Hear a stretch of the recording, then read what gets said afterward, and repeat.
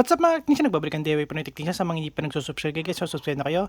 Click na notification bell button, click na like nyo rin ang mga videos. So yun guys, magre-review tayo ng UC02 na Jake Me. So nakita nyo guys, ayan po siya. At ayan po yung pangalan niya, Jake Me. At ang model number niya, ayan, UC02. Pero confusing lang ako kasi dito nakalagay UC03 set. So, ano kaya yun? Diba sir? Mga sir. So ngayon, ito po ay galing sa Kickstarter. So, may mga kasama siyang blade. Ayan. So, pakita ko sa inyo guys yung blade na kasama. Ayan, 7 mix blade. So, makikita nyo guys dito, ayan yung mga blade niya nga.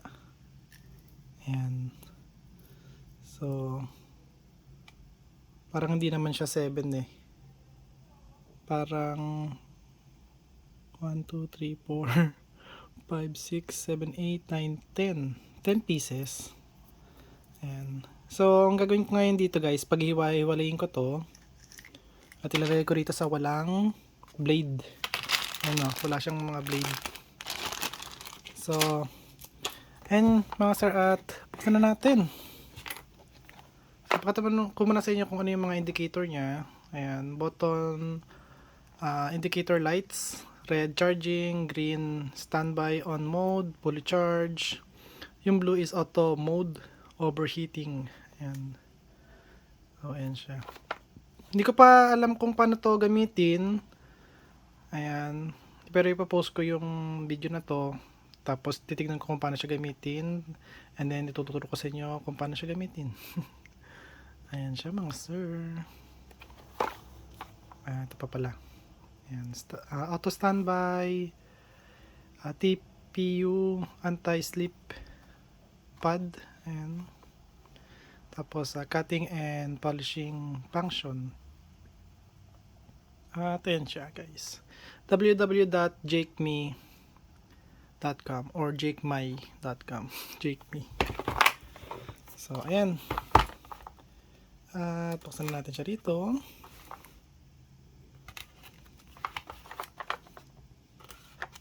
So ganyan pa ako magbukas mga sir. Kasi bago siya eh. At ito natin siya hilahin. Ayan. So ito guys, siguro after 5 months bago makarating sa akin. So sakto nung ito ay naano natin sa tawag dito sa Kickstarter. Sa Pilipinas kasi ako ng 5 months. So dumating to after nun. So ayan siya, laki, grabe, laki. Oh. Meron pa siyang ano, mga sir. Meron pa siyang healing pads. Ayan o. Galing. So, ang galing no. Meron na siyang libreng blade. Pero may kasama pa siya talaga na blade. Ito. Oh, ang dami mo nun guys. So, yun o. Siguro mga 10 pieces din yun. Tapos dito, ito yung pinaka ano niya. Allen wrench at saka screw. Ayan o. So, ito na siya. Ang ganda niya mga sir. So, dito kailangan dito ng PD na 3.0. Okay. So, type C to type C po yun. Para makuha niya tong 15 volts. Ang ganda niya. Mabigat siya. Talagang solid to mga sir. Ang lit ng cooling fan niya rito.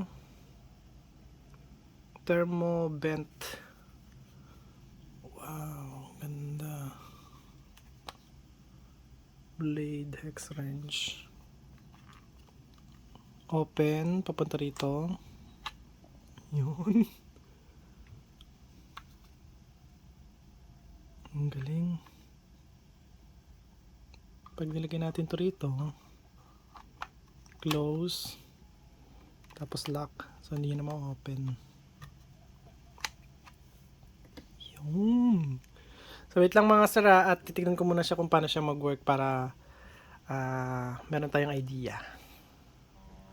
So ayan mga sir at alam ko na kung paano siya gamitin, pero ang ingay ng background natin, wait lang mga sir.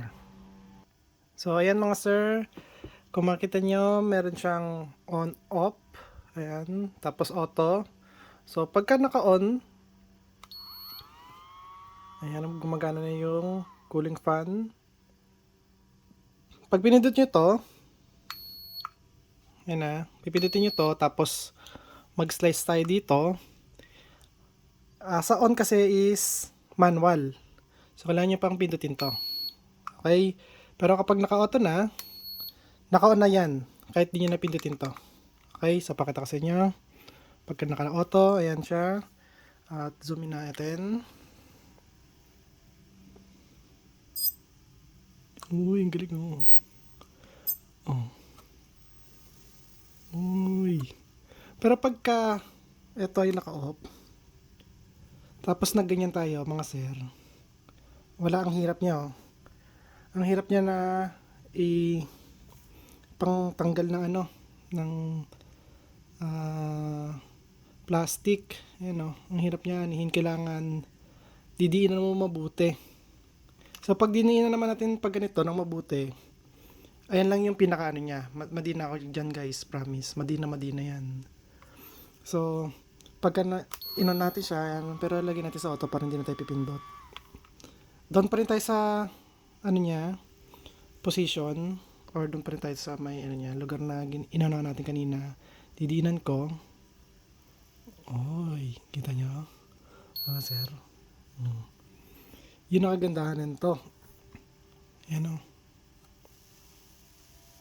Uy, grabe. Tumudulas o, yun o. Ngayon, kaya ko na magtanggal siya, okay? Butter lang. Grabe. Oh. Ganda niya guys gamitin, lalo ng pagka, kunyari. Ayan lang, oo. Pagka magtatanggal ka lang, siguro dito lang tatanggalin mo. Ayan. Tapos gagawin mo siya ng butas.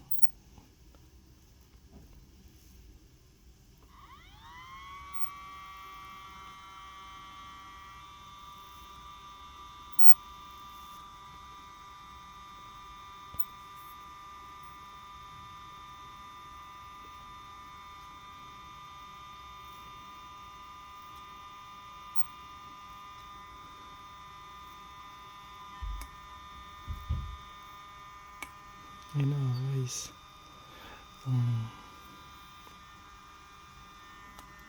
Diba? Kahit napakatigas din to. Guys, kasi ito, sa ano to ayan o, sa ilaw. Ito, naiinitan kasi to So, kailangan dito matigas na tag dito, plastic. So, kahit matigas yung plastic, grabe. Ganda nitong ano na to. Pang slice. Ayan o. Tsaka ang ganda niya sa kanya, ayan o mga sir o. Meron siyang cooling fan. Ayan. Ang galing. So, paano pagka charge naman natin? So, off lang natin to. So, naka-under pa rin yung cooling fan kasi kailangan niyang palamigin yung system. So, pagka charge natin, so, gamit ko guys ay Type-C to Type-C. So, ayan siya. Naka-red indicator na nag-charge siya at kung nakita niyo rito guys, ayan, charging siya. So, ang ganda niya. Bale, sigurado guys, kahit na ganito kalaki to, gagamitin ko to. Maganda siya guys kasi halos hawak na hawak mo yung pinaka-ano niya. May control ka pa rin kahit malaki. Siyempre, pag maliit na yung kamay, mahirap na gamitin to kasi malaki siya guys. Ayan, pero para sa akin, gamit na gamit ko to. Lalo na kapag ka lalagay ako ng mga Type-C, magbutas ako ng Type-C sa mga matitigas na ganito na plastic. So mag-ano ko ng Type-C dyan, magbubutas. Saktong-sakto to. Guys, hindi na ako mahihirapan na magbutas kahit na matigas yung plastic na bubutasan ko. Ayan, pang plastic lang kasi to guys eh. Plastic, any kind na na relative ng plastic. Hindi siya pwede guys pang pang bakal kasi baka isipin nyo pwede siya pang chip ng bakal. Hindi. Okay? So, pang plastic lang siya. Okay? So, pang hubog. Mga ganon. Pang cut. Ayan. So, ano pa ba? Siguro sa next video natin, buksan natin to. Tear down natin siya guys. So, ayan. Hindi ko na guys papakita sa inyo yung ibang blade na nakakabit kasi halos ganun din naman yung function niya. Yan yung mga blade na pang palit. Doon sa ibang blade naman,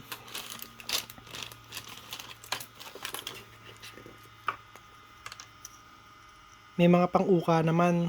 Ayan pang-uka lang siya. Ayan So kung mag-uuka lang kayo, pwede gamitin yan. Pero mostly ang blade niya is naka 45. Tapos yung kasama is, ayan, ewan ko kung ilang degree yan. So baka magkamali ako kasi ng degree na sabihin sa inyo eh. Tapos meron naman siya na naka straight. Ayan. Parang eto kasi is pang-uka naman to. Ayan, mag-uuka kayo ng plastic. So uukaan nyo lang to. So ito uuka. Ayan. Mababawasan or kung gusto niyo magbutas ng square. Ayan. Pwede kayo magbutas ng isang mahabang ganon. Depende guys kung paano nyo nga siya gagamitin. So, ayan na siya guys. At kung nagustuhan yung video ko, huwag kalimutan mag-like, share, subscribe. Click notification bell button. Click guys. Bye!